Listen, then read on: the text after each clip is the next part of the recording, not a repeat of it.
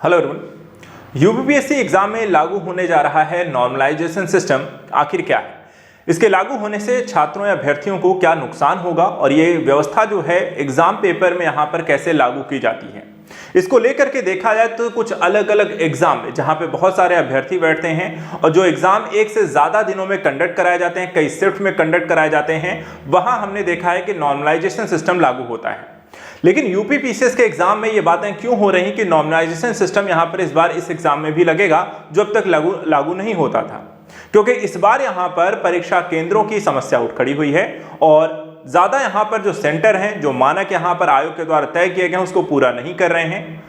परीक्षा में देखा जाए तो धांधली की समस्या भी रही है, जिसको लेकर के आयोग ने यहाँ पे सख्त नियम बनाए, जिसके कारण अब समस्या ये भी आ खड़ी हुई है कि परीक्षा अब एक दिन के बजाय 2 दिन में होने जा रही है।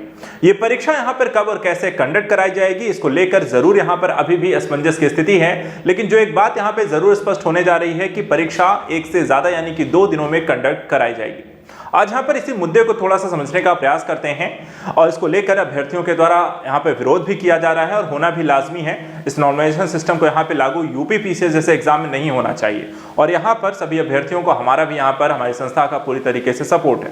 नॉर्मलाइजेशन सिस्टम देखा जाए आपका होता कैसा है, आज सबसे पहले इस पर चर्चा करते हैं और इसको समझने का प्रयास करते हैं आखिर ये क्या है नॉर्मलाइजेशन सिस्टम। सबसे पहले यहाँ पर जो एक बेसिक फॉर्मूला है, बेसिक एक जानकारी है, वो आपके साथ में साझा करता हूँ। उसके बाद इसे मैं थोड़ा सा आपको एग्जांपल्स के माध्यम से समझाऊंगा।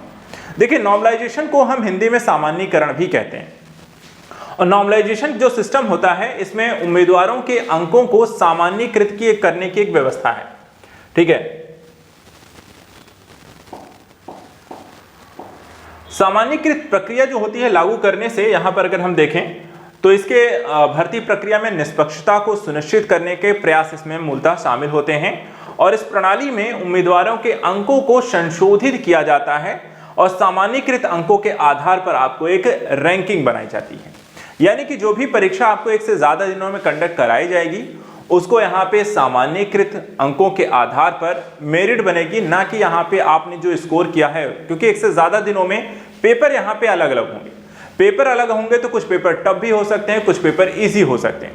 किसी दिन का पेपर बहुत हो सकता है टफ आ जाए, किसी का मीडियम आ जाए, किसी का इजी आ जाए। जिसका इजी आ जाएगा वहां पेपर हो सकता है बहुत अच्छे अंक लेकर आए, जहां मीडियम है वहां एवरेज हो सकता है और जहां आपको पेपर आपको इजी हो टफ हो सकता है तो उनका पेपर वहां पे स्कोर आपको देखा है मेरिट जो हो सकती है आपकी कम हो जाए। तो इस तरीके से प्रक्रिया को यहाँ पे सामान्यीकृत यानी कि नॉर्मलाइज किया जाता है। कैसे किया जाता है वो समझिएगा। देखिए, यहाँ पे यूपीपीएससी के एग्जाम में जो नॉर्मलाइजेशन सिस्टम है वो कुछ इस तरीके से काम करता है। जैसे एसएससी के एग्जाम में भी देखें तो कुछ ऐसी ही व्यवस्था आपको देखने को मिलती है। अब एग्जैक्टली क्या व्यवस्था लागू करेगी इसको लेकर के यूपीपीएससी ने भी क्लियर नहीं किया है, लेकिन अदर एग्जाम में जो नॉर्मलाइजेशन सिस्टम को लागू किया गया है, जिस तरीके से वो यूज करते हैं इसे, उसके बारे में थोड़ा समझते हैं। अपने आप में ये मेथड भी काफी ज्यादा यहाँ पर असमंजस वाला है। कई बार जो क्रिकेट का डकवर्थ लुईस नियम है उस हिसाब से समझने में भी कठिनाई होती है, लेकिन बहुत ही आसान भाषा में अगर हम इसे एक समझने का प्रयास करें एग्जैक्टली इसमें करते क्या हैं तो आप कुछ ऐसा समझिए। मान लेते हैं 2 दिन में यूपीपीसीएस का एग्जाम होना है। ठीक है, 26 और 27 मानकर चलते हैं, या 7-8 दिसंबर को है या 26-27 अक्टूबर को है, जो भी है आयोग जैसे ही क्लियर करता है। तो मान लेते हैं अगर 26 तारीख का जो एग्जाम का पेपर आपको होता है, ठीक है, वहां पे जो अभ्यर्थी एग्जाम में बैठते हैं उनका मान लीजिए जो स्कोर आपको बनता है, मान लेते हैं हम आपको 100 नंबर का बन गया।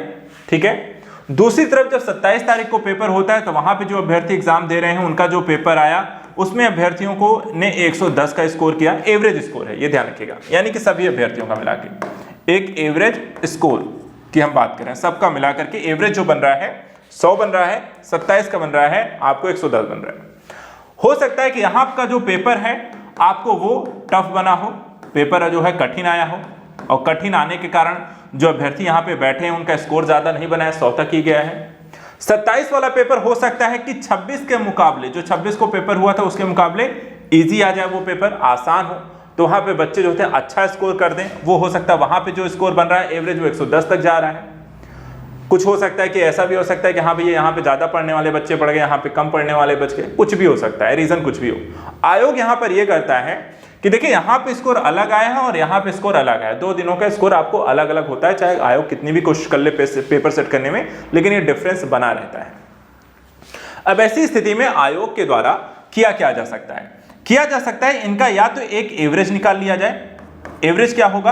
अब यहाँ पे इनके बीच का क्या निकल के आएगा? मान लीजिए यहाँ पे 5 इन्होंने प्लस कर दिए सभी अभ्यर्थियों के नंबर में, सभी अभ्यर्थियों के यहाँ पे नंबरों में इन्होंने -5 कर दिए, तो यहाँ पे इनका 100 में प्लस कर दिए तो 105 हो गया, 110 में -5 कर दिया 105 आ गया। यानी कि 105 को उन्होंने एक यहाँ पे सेट कर लिया, एक एवरेज स्कोर या माध्यिका मान ली, और उसके ऊपर नीचे के स्कोर के हिसाब से जिसका जैसे बन रहा है वहां पे नॉर्मलाइजेशन सिस्टम लागू करके फाइनल आपकी एक मेरिट लिस्ट इसके आधार पे आपको बनाई जाएगी, जो फाइनल उन्होंने यहां पर तय किया हुआ है।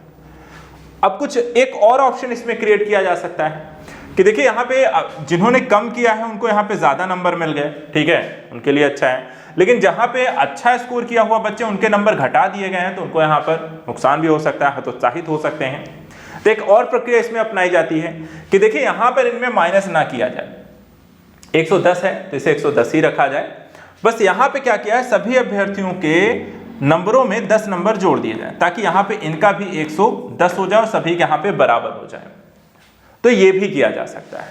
तो या तो 5-5 दोनों तरफ से माइनस कर दीजिए या एक में यहाँ पे 10 नंबर जोड़ के उसके बराबर कर दिए। टोटल यहाँ पे ये कहना है कि ऐसा स्तर लेकर आना जहां पे सभी दोनों दिनों की परीक्षा का एक एवरेज, एक माध्यिका निकल के आ जाए, और जो माध्यिका निकल के आएगी वही यहाँ पे नॉर्मलाइजेशन सिस्टम के तहत यूपी के पीसीएस के एग्जाम में आपको लागू होगा।